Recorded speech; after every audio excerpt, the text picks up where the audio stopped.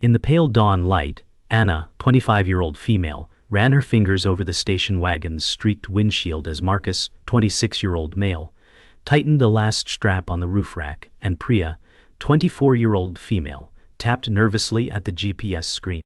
The cracked highway stretched into an orange haze, heat shimmer dancing across coppices of brittle sagebrush.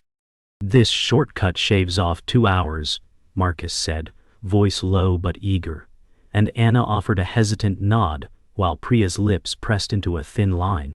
The engine's hum pulsed through their bones as they pulled onto the road, excitement flickering alongside an undercurrent of unease. Every mile marker rolled past like a heartbeat, marking distance from safety and a drift toward the unknown. Dust spiraled in the side mirrors. The air smelled of hot rubber and sun-baked earth. Anna glanced at Marcus, whose jaw tensed as he surveyed the route ahead, and then at Priya, whose eyes flicked between the horizon and the GPS's blinking warning. The trio's laughter faded into thoughtful silence as the wagon's tires crunched over loose gravel, the promise of adventure tainted by the first whisper of dread, shimmering on the horizon. The sun climbed higher as the station wagon rattled along a narrow washboard stretch, and Marcus's knuckles whitened around the steering wheel when a sudden jolt shook them. Anna gasped, teeth clenching. "Did you hear that?" she asked, voice tight. Sandstone cliffs loomed on either side, their rust-colored faces mottled by wind-carved grooves. Priya leaned forward, eyes scanning the rearview mirror for trouble, and Marcus eased the wagon to a stop. Anna popped the hood, revealing steam rising from the overheated engine and hissing coolant. "Great," Marcus muttered, wiping sweat from his brow. Priya knelt beside a rear tire, spotting a nail embedded deep in the rubber. "We've got a flat," she said, voice trembling with frustration. The trio exchanged weary looks as the oppressive heat baked the asphalt. The road ahead narrowed further into a canyon gorge, the only route forward. Anna swallowed, trying to steady her nerves. "We fix it and keep going," she declared, forcing a smile that wavered. Dust swirled around them like a warning. The promise of adventure curdled into a struggle against solitude and fear, on a road that refused to let them pass unharmed. With trembling hands and desert heat pressing on their backs, Anna rummaged through the trunk for the spare tire kit, while Marcus twisted off lug nuts, face slick with sweat. Priya leaned against the car, her forehead creased as she watched every movement, but the jack slipped in the loose gravel, sending a shrill clang echoing off canyon walls. "Hold it steady," Anna said, voice sharp as she propped the jack arm under the axle. Dust drifted through sunbeams slicing the narrow pass. Marcus exhaled and lifted the flat tire free, revealing jagged rock beneath as the spare rolled uncertainly on its rim. Priya offered the flashlight from her backpack, its beams slicing through the haze. "Here," she said, voice softer than before. Anna wedged the spare onto the studs, lug spinning under Marcus's wrench. Each click echoed like a heartbeat, marking time in their isolation. When the final nut clicked tight, the engine's distant rev seemed impossibly far. They stood shoulder to shoulder, breathing together in the canyon's suffocating heat, the car's newfound motion a small victory against an unforgiving wilderness. Back on the road, the station wagon creaked over uneven asphalt as the canyon walls narrowed into a suffocating corridor. Heat rippled above the hood. The engine's hum stuttered. Anna's knuckles whitened as she gripped the wheel. "Something's wrong," she said, voice low. Marcus glanced at the temperature gauge, its needle dancing near red. Priya peered through the passenger window at dark storm clouds gathering on distant peaks. The sky's cobalt blue had shifted to charcoal, and a distant rumble rolled through the air. "We're not out of this yet," Priya warned, voice quavering. Ahead, the road bent sharply around a precipice that dropped into a yawning ravine. The first fat drops of rain began to sizzle on the hot metal hood. Anna inched forward, sweat and adrenaline mingling on her skin. The canyon's echo carried their strained breaths as thunder cracked overhead. Dust gave way to mud slicking the roadway. With each curve, the wagon lurched toward the abyss. Silence fell, broken only by the rasp of wipers and a low growl of gathering wind. Their shared resolve stiffened. They would survive this gauntlet or be swallowed by it. Thunder rattled metal as rain pounded the windshield in a relentless drumbeat. The canyon's walls now glistened black with moisture, and mud splattered over the tires. Anna's knuckles burned from the grip, Priya's knuckles burned from the grip, Marcus's jaw clenched tight. "We need to find shelter," Priya said, voice strained over the roar. Marcus scanned the slick turns ahead, eyes narrowing. Anna pointed to a faded sign half buried in mud. "Abandoned ranger station 2 miles there," she shouted. The wagon lurched around a bend, sliding dangerously close to the ravine's edge before Marcus wrestled the wheel back. Inside, lightning flashed, illuminating the terror on their faces. Priya's lips quivered as she whispered, "What if it's gone?" Anna squared her shoulders, rain dripping from her hair. "Then we keep moving," she replied, though doubt trembled under her words. The canyon seemed to close in around them, each drop of rain a reminder of their fragility. They pressed on together, bound by fear and determination, toward an uncertain refuge that might save, or doom, them all.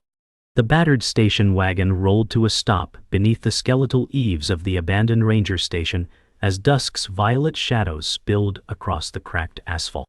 Anna, 25-year-old female, stepped out, boots crunching on gravel strewn with rusted cans, and cast a wary glance at the boarded windows. "It looks deserted," she said, voice low but echoing against warped wooden beams. Marcus, 26-year-old male, tightened his jacket against a sudden chill and pressed his hand to the door, which groaned on its hinges. Priya, 24-year-old female, shone her flashlight through gaps, illuminating peeling paint and faded wildlife posters curling on the walls. "We'll find shelter, and maybe some tools to fix the heater," Anna added, though her teeth chattered.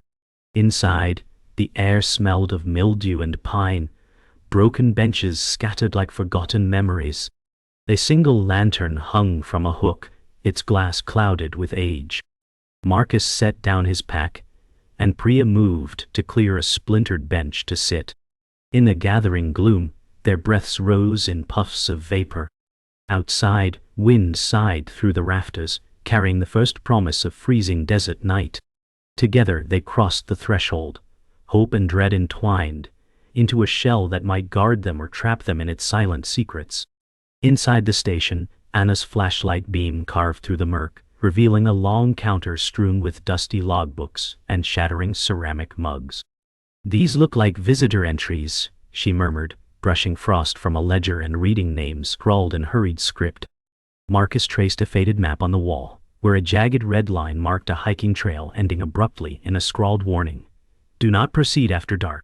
Priya crouched beside a cold stove, its rusted door ajar and caked in ash. "No fire here for years," she said, voice brittle in the hush. The only sound was the wind rattling broken window panes.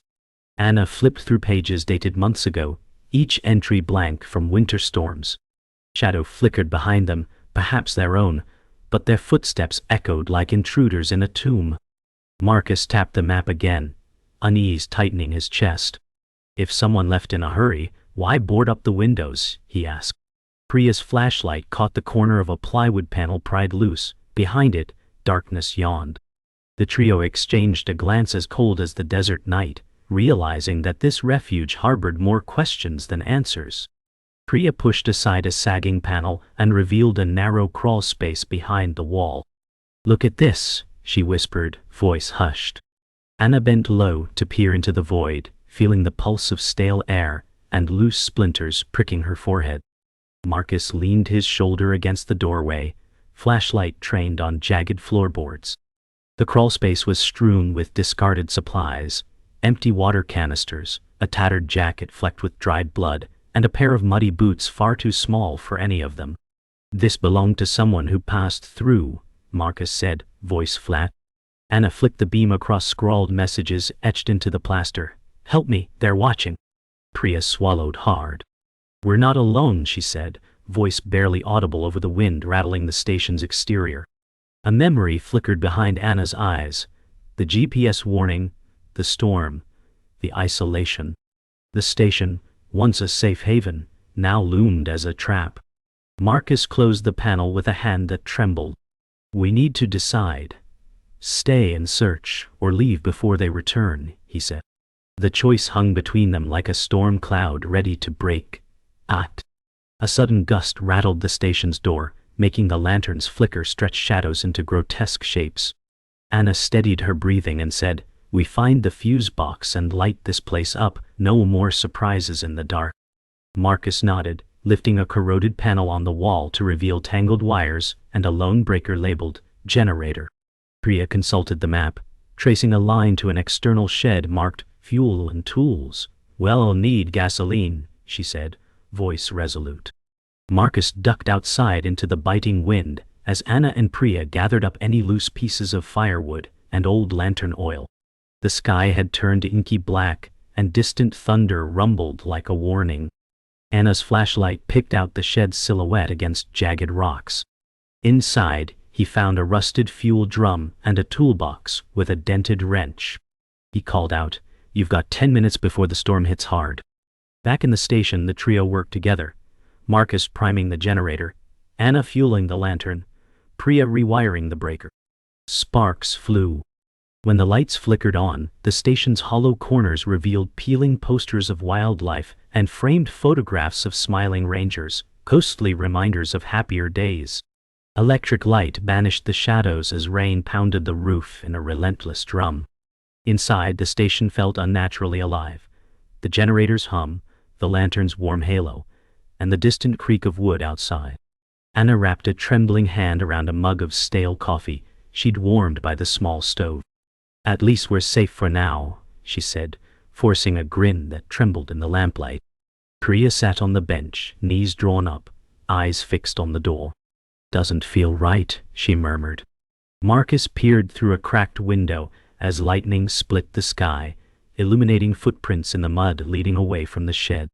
"Someone's out there," he said, voice low. Anna set her mug down with a clang. "We need to confront it before morning," she declared.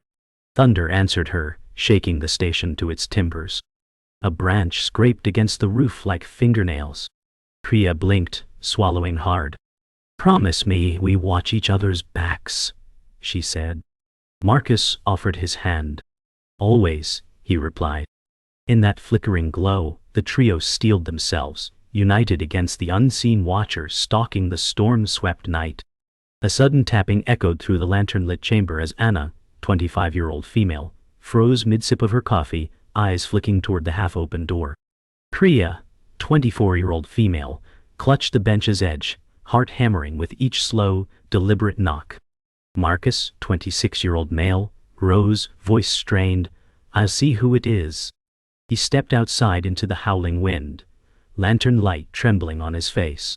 Inside, Anna's breath caught as she whispered, "Be careful." The door swung wider, revealing no one, only muddy footprints drifting toward the woods. The storm's thunder drowned Marcus's footsteps as he retreated, face pale beneath rain-soaked hair. "There's something out there," he said, voice tight.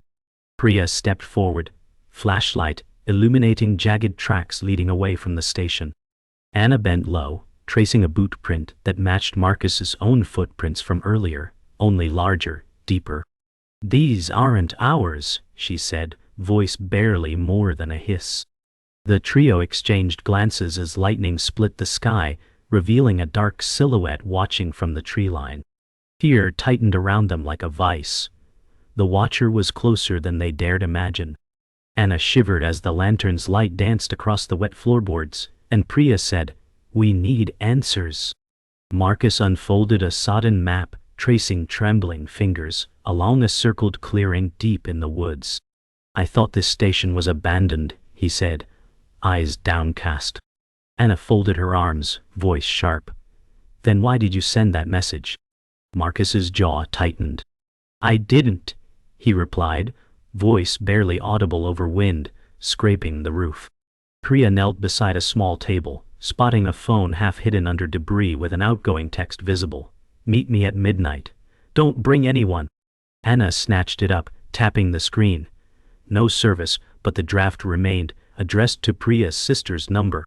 Priya's eyes widened. "I never messaged anyone." The flicker of doubt turned to shock as Anna said, "Marcus, explain yourself." He swallowed hard, shoulders slumping. The station's silence pressed in as rain hammered the roof.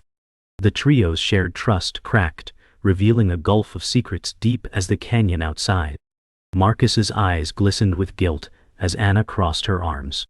"I was paid to lure you here," he confessed, voice gravelly. Priya gasped, stumbling backward against a wall. "Paid?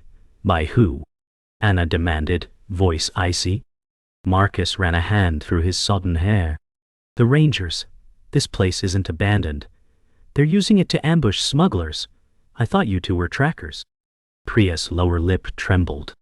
"We're friends, not prey." The lantern flickered as thunder shook the station. Anna's gaze narrowed. "You betrayed us." Marcus's shoulders slumped as he added, "I didn't know you'd come. I thought you stayed safe back home." Priya's voice broke. "You risked our lives?" A moment of charged silence filled the room, broken only by rain tapping the broken window panes. Anna bent to pick up the phone, voice soft but steel-edged. "We need to turn the tables." Outside, wind screamed through the trees like a warning. There wasn't much time. Lightning blazed outside, illuminating Marcus's strained expression as he led them through a side door into the storm. "There's a hidden cache," he said, voice urgent, pointing toward a battered tool locker under eaves. Priya shivered in her dripping jacket. "We use those tools to set a trap," Anna said, eyes flicking from Marcus to the roaring woods beyond. Marcus handed her a coiled rope and a rusted pulley. "They'll come for the fuel drum I left out front. We rigged the generator controls. When they open the door, we cut the power, and they're in the dark." Priya loaded a flashlight into her pocket, voice steady. "Then we grab the phone signal booster and call for help." Rain lashed their faces as they worked with trembling haste. Anna tightening a snare at the door latch, Marcus rewiring the generator kill switch, Priya packing the booster. The air smelled of ozone and wet pine. Each tool snapped into place as thunder rolled closer. They braced themselves. Now, the hunter would become the hunted. A distant shout pierced the storm's roar as silhouettes emerged from the tree line, flashlights cutting arcs through the rain. "They're here," Priya whispered, heart hammering. Anna pressed her back against the doorway, voice low. "Wait for my signal." The intruders approached the fuel drum, boots sinking into mud. Marcus leaned beside Anna, whispering, "Now." Anna yanked the snare's rope. The generator sputtered and died, plunging the station into gloom. A startled curse echoed in the darkness. Priya clicked on her flashlight and aimed it at the group, blinding them momentarily. Anna flung open the door, voice ringing. "Freeze!" Lightning seared the sky, silhouettes frozen, mid-step. Wow! The ambushers hesitated, guns raised. Priya smashed the window latch and shouted, "Help is coming!" The intruders exchanged panicked glances as thunder cracked overhead. In that charged instant, betrayal and fear coalesced into resolve. They stood together, defiant against the storm and the lies that brought them here. At first light, rain-soaked pines dripped silver mist as Anna, 25-year-old female, Marcus, 26-year-old male, and Priya, 24-year-old female, stood before the trembling figure they had disarmed the night before, bound to a gnarled tree stump just beyond the station's porch. Anna's voice was calm but steel-edged. "Who sent you?" The captive's hood fell back, revealing a lined face and hunted eyes. He rasped, "The ones paying the Rangers," and Priya's jaw tightened as she exchanged a glance with Marcus. "Explain," Anna demanded, rainwater running in rivulets down her cheeks. He spat a curse and forced out, "They want your route. The canyon's shifting, new paths, hidden caches. They'll move tonight." Marcus stepped forward, fists clenching. "Why target us?" he snarled, voice echoing through the dripping forest. The captive's gaze flickered toward Priya, who lowered her flashlight into the swirling fog. "You three stumbled into something bigger," he said, voice rough. Thunder rumbled in the distance as Anna released a slow breath. "Then we finish this, and end it for good." The captive's shoulders slumped as he spat dirt, rainwater mingling with blood on his lip. Priya knelt beside him, voice low.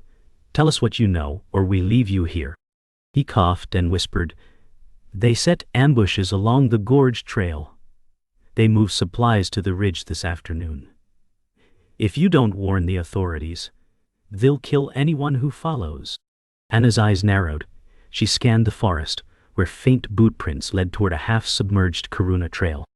Marcus ripped a strip from his jacket to gag the captive and said, "We're going to signal the ranger post at Dead Man's Bend." Priya produced the small signal mirror from her pack and angled it. "Sun's breaking. We have 15 minutes before the storm returns." The captive glared up, defiance flickering. Anna knelt and slammed her fist into the mud. "Move," she ordered.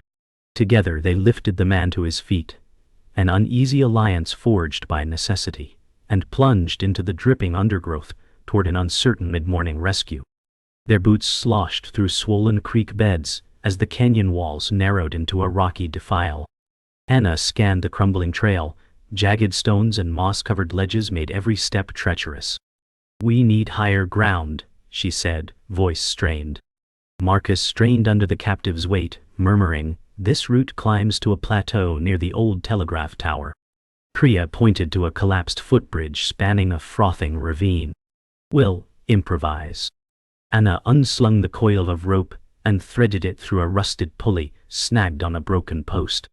As Marcus braced against slick boulders, Priya wrapped a length of rope around her waist and called up, "I'll secure the line. Guide him across." The captive's eyes narrowed, but he shuffled forward as Anna steadied him, her voice calm. "One step at a time." Thunder rolled overhead, rain drumming on stone. Each careful footfall was a gamble, every slip a potential plunge into swirling depths. Yet they pressed on, united by urgency that eclipsed any lingering doubts. Priya's heart thundered as she leaned into the rope, guiding the captive's trembling form across the swaying plank. Anna stood ready at the far end, voice calm but firm. "Keep moving." The wooden beams creaked under weight, each gust of wind whipped rain in their faces. Marcus held the line taut, eyes darting to the jagged rocks below. "Almost there," he shouted. A sudden crack echoed as a plank splintered under the captive's boot. He froze, eyes wide, teetering over the abyss. Anna lunged forward, grabbing his arm as Marcus jerked the rope, voices merging. "Hold on!" Lightning flared, illuminating Priya's tear-streaked face.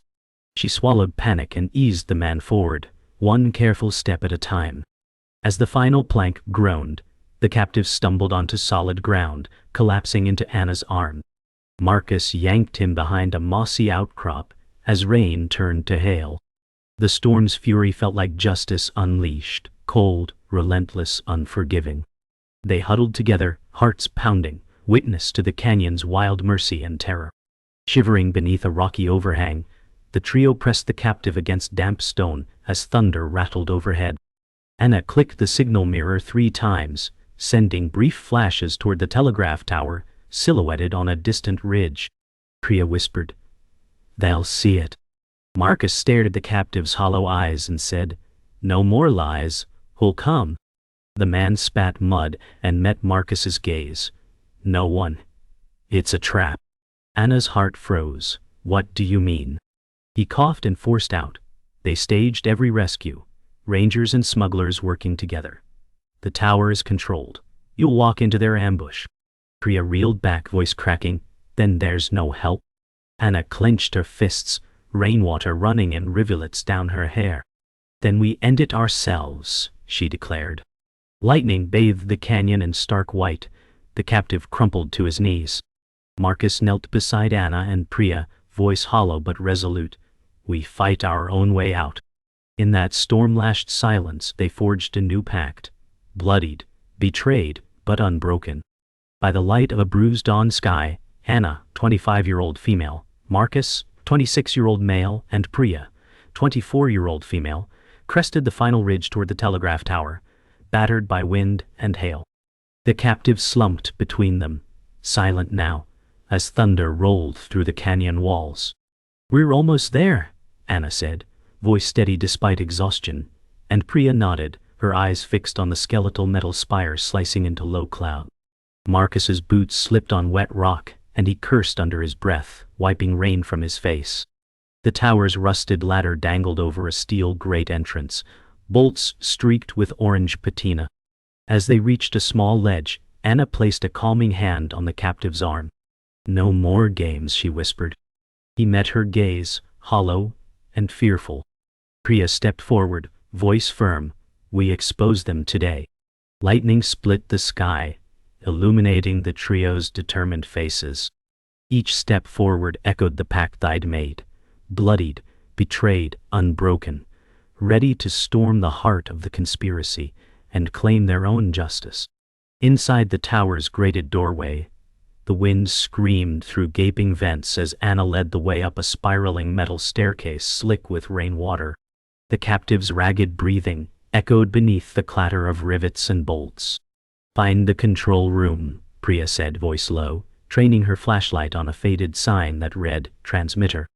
Marcus hoisted the bound man onto a dimly lit landing, and Anna's beam caught rows of aged switchboards and coiled cables. A large console flickered with a lone blinking light, and Anna pressed a hand to the damp metal. "This is it," she murmured.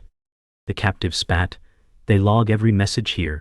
Priya bent to read a dusty clipboard, tracing entries stamped with midnight times and coded initials. Marcus flicked open a panel, exposing tangled wiring. "We reroute this feed. Cut off their alarms," Anna declared, voice iron. Outside, storm clouds roiled, the wind pitching the tower as if to tear it free. In the cramped humming belly of the beacon, the trio prepared to broadcast truth into the storm's heart. Lightning illuminated rows of dusty labels as Anna snapped off the console power and rerouted cables with trembling precision. Priya held the phone's signal booster aloft, its antenna quivering. "Stand back," Marcus warned, voice low as he steadied the captive. Anna's fingers flew over switches. The lights dimmed, then a crackling transmission burst through static. "This is Priya, Anna and Marcus." Her voice rang out across the canyon, carried by the storm's electricity. A harsh voice answered, distorted but familiar. "You shouldn't have done that." Priya's eyes widened. "They're on the line." The captive hissed, rangers and smugglers, both listening. Anna slammed her fist on the console. "We're exposing everything." The console sparked, showering them with embers. Marcus wrenched loose a fuse and tossed it aside. Outside, floodlights around the tower clicked on, bathing the platform in harsh white light. In that charged moment, betrayal and courage collided. Their broadcast would light the darkness, if it didn't cost them everything. The storm's roar was deafening as the trio bolted down the ladder, cables in hand, the captives stumbling between them. "They've sent reinforcements," Marcus panted, glancing back at shadowy figures descending the canyon path toward the lit tower. Anna tightened her grip on the booster and yanked Priya forward. "We lure them through the gorge," she said. Priya nodded, voice grim. "Cut the bridge lines once they cross." They raced across slick stone, the captives' muffled curses lost in thunder. Reaching the collapsed footbridge, Anna tied the cable to a boulder and Priya arranged the remaining rope snares. "Once they're on, pull," Marcus instructed, slamming a detour sign into the mud. Lightning flared, revealing silhouettes charging forward. "Ah!" Anna's heart pounded as she grabbed the rope's end. "Now!" she shouted. With a heave, the snare tightened, cable snapping. Behind them, cries of surprise echoed as enemies plunged into rushing water. In that moment of chaos, the canyon itself became their ally. As dawn's first light stained the storm clouds pink, Anna, Marcus, and Priya huddled behind a jagged boulder, rain-soaked and breathless. The captive lay unconscious at their feet, and the ruined footbridge swayed above a torrent. "Did it work?" Priya whispered, voice trembling. Anna trained her binoculars on the canyon below, picking out scattered forms pulling themselves from the water. "They won't bother us again," she said, voice quiet but sure. Marcus sheathed the last cable coil and knelt beside Priya. "We've broken the network," he said, scanning the ridge where the telegraph tower loomed like a sentinel. The wind carried distant sirens, rescue teams alerted by their broadcast. Priya exhaled, relief washing over her as sunbeams pierced clouds. Anna crouched and placed a hand on the captive's shoulder. "No more secrets," she vowed. As the canyon settled into uneasy calm, the trio stood together, scarred, betrayed, triumphant, ready to face whatever came next, bound by a pact forged in storm and blood. Morning light filtered through ragged storm clouds as a single rescue helicopter swooped over the canyon rim, its rotors whipping mist into a swirling vortex. Anna, 25-year-old female, shielded her eyes against sun and spray, voice catching when she said, "They're here." Marcus, 26-year-old male, nodded, urgency in every line of his soaked jacket, and Priya, 24-year-old female, pressed the unconscious captive's shoulder, her breath trembling in the chill dawn. "Stay with us," Marcus murmured, eyes locked on the skids descending toward the shattered footbridge. The chopper's wash rattled loose stones and whipped rainwater into arcs, and the wounded man groaned as medics fanned him with blankets. Anna stepped forward, shouting over the drone of blades, "We've got survivors!" The helicopter pilot cut engines, sending the canyon into an eerie hush, broken only by distant sirens now echoing upward. In that moment, relief mingled with a new dread. For as the rescue crew took charge, Anna spotted movement on the opposite ridge. A lone figure, watching, rifle glinting in dawn's weak light. The trio's rescue had arrived, but so had the promise of one final, deadly reckoning. As medics loaded the wounded man onto a gurney, Anna's heart twisted when the captive's eyes snapped open, spotting the pilot's uniform. "That's Ranger Caldwell," Priya whispered, voice hoarse. Anna frowned. Caldwell had vanished weeks ago amid the smuggler rumors. Marcus hustled forward, asking, "What's he doing here?" The captive's gaze darted back toward the ridge. "He set you up," he rasped. The medic froze mid-step as Caldwell stepped into view under the canyon sun, rifle slung casually over his shoulder. "We thought you were lost," Caldwell said, voice calm as rock. Priya's jaw clenched. "You betrayed us," she accused. The pilot's expression stayed serene. "Orders," he replied. Thunder rumbled as Anna drew in a breath and said, "You're working with them." Caldwell's eyes flickered, then hardened. He raised a hand and spoke into a radio. "Send the others." The medics recoiled as armed figures emerged from tree line. Relief curdled into horror. Rescue had become trap. Gun-metal dawn glinted off rifles as the ranger squad encircled them, boots crunching on wet shale. Priya whispered, "We have nowhere to run." Anna stepped between Marcus and the captain of the squad, voice steady. "You think we'll let you walk away?" The ranger, Caldwell, smiled thinly beneath his brim. "You're trespassing on official business." Marcus snarled, "Your business got people killed." Thunder cracked as rain sluiced down helmets and barrel shafts. The wounded captive coughed, raising a trembling finger toward Priya. "Use the signal, call them back," he wheezed. Priya's hand hovered over the mirror, strapped to her belt. Anna said, "On 3. The squad leader barked orders. "Advance." In one breath, Anna and Priya lifted the mirror, flashing sunlight into binoculars gleaming on opposing ridge. Storm-scattered sunbeams caught the sparkle and forced alarms to scream through radios. Confusion rippled through the squad. Marcus seized the moment, grabbing the rifle from an advancing trooper with a fierce yank. The canyon erupted into chaos, rescue and betrayal locked in vicious dance. Bullets whined overhead as the Medus's radio crackled with panicked voices. Anna shouted, "Get him out!" pointing at the captive strapped to the gurney as Marcus and Priya covered his retreat. The squad recoiled, unsure whether to follow orders or respond to the distress calls now pulsing through their own channels. Caldwell barked, "Hold fire!" But the storm of confusion spread faster than command. Priya fired a warning shot into the canyon floor, gravel spraying around boots. Marcus grabbed the wounded man's hand and leaned close. "We'll finish this together." Anna sprinted toward the rescue helicopter's skid, yanking at a dangling cable. The chopper's pilot, one of the medics, noticed her frantic gesture and re-engaged the engines. Wind churned as the rotors spun up. Behind them, Caldwell hesitated, torn between duty and a code older than orders. Lightning flashed. The squad pivoted and fired volleys into the air. Anna tossed the cable into the helicopter's hold and yelled, "Go!" The chopper lifted, carrying them toward uncertain justice. Above the canyon's roar, the helicopter banked toward open sky, its floodlights cutting arcs through boiling storm clouds. Anna collapsed against the cabin wall, rainwater dripping from her hair. "Is everyone okay?" the pilot asked, voice muffled by intercom hiss. Marcus checked the captive's pulse, relief in his eyes. "He's alive."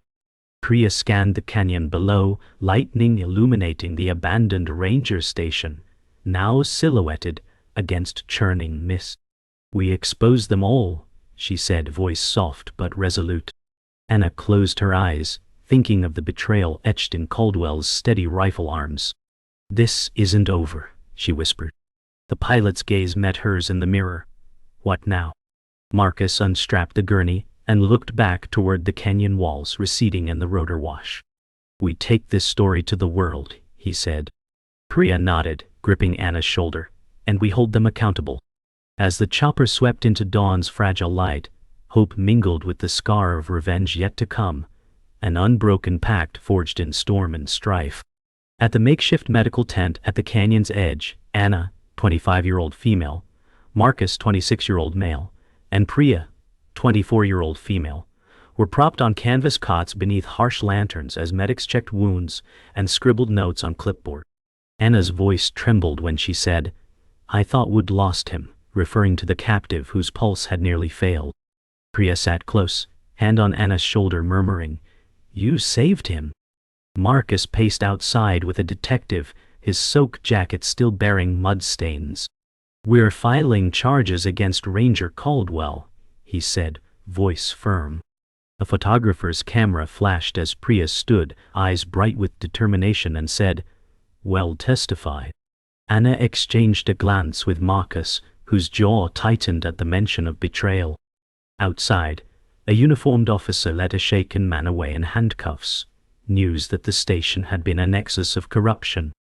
Dark clouds parted overhead as hope broke through tension, but as Priya looked toward the rescue helicopter now departing, the narrator's voice echoed, "The canyon's wounds ran deeper than any they could heal." At a press conference held on the canyon overlook, a hastily erected podium bore the emblem of the Forest Service. As Anna adjusted the microphone, and Priya stood to her right, Marcus to her left. Slivers of sunlight pierced drifting fog as Anna addressed the crowd. "We followed lies into the heart of darkness," she said, voice resonant. Reporters scribbled furiously, lenses swiveling. Priya lifted a sheaf of documents and said, "These are records of illicit shipments through the ranger station." Marcus stepped forward, placing a weathered map on the podium, and said, "This route was weaponized against the innocent." A flurry of camera clicks punctured his words. The detective announced charges against complicit officials and smugglers. As murmurs rose among the assembled journalists, Anna's gaze met Priya's, solidarity glowing in their eyes. The canyon wind carried their declaration: truth cannot be buried under mud or fear. Yet in the shadows beyond the press line, a dark silhouette watched, unseen forces in retreat, but not yet broken. Days later, in a dimly lit law office overlooking distant city lights, Marcus, Anna, and Priya huddled around a cluttered desk strewn with newspaper clippings, photographs, and court summons. Priya tapped the latest editorial on her tablet and said, "They're spinning this as a Lone Ranger gone rogue." Marcus frowned, voice low. "We need public support for a full investigation." Anna scanned a witness statement and said, "These names, they tie back to the highest levels."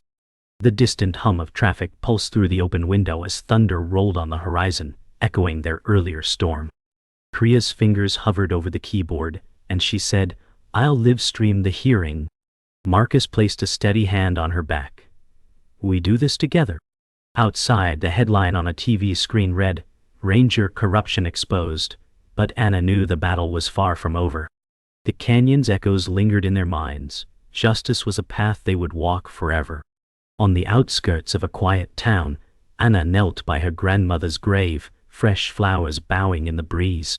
Her voice was a whisper. I hope you understand why I had to go. She pressed a locket into the soil.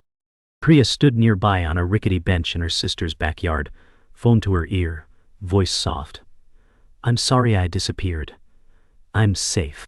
The sister's reply crackled with relief and tears. Marcus walked through a veteran's cemetery, placing a small flag on a weathered headstone. He murmured, I fought for peace once, now I fight for truth.